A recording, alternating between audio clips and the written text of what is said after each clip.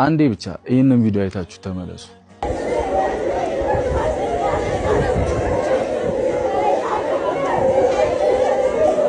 እንዳያችሁት ነው ከሁለት ቀን በፊት የጫነው ቪዲዮ ነበርና እናታችንን ድረሱልን አድኑልን ብለን ብቻ ሞት ቀድሞናል። ምንም ማድረግ አልቻልንምና እናታችንን ሕክምና ላይ ያለች ነው ያረፈችውና የእናታችንንም ነፍስ በአጸደ ገነት ያኑርልን። ብዙ ነገር ማለት ፈልግ ነበርና አሁን ይሄን ቪዲዮ ልንሰራውም የተገደድነው እናንተን ኢትዮጵያውያን ደጋግ ኢትዮጵያውያንን ለማመስገን ነውና በጣም ጥራችኋል፣ በጣም አግዛችሁናል።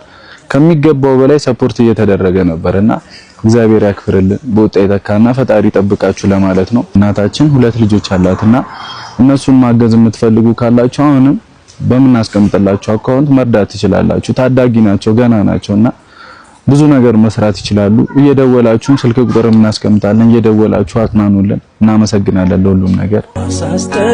አስለምደህ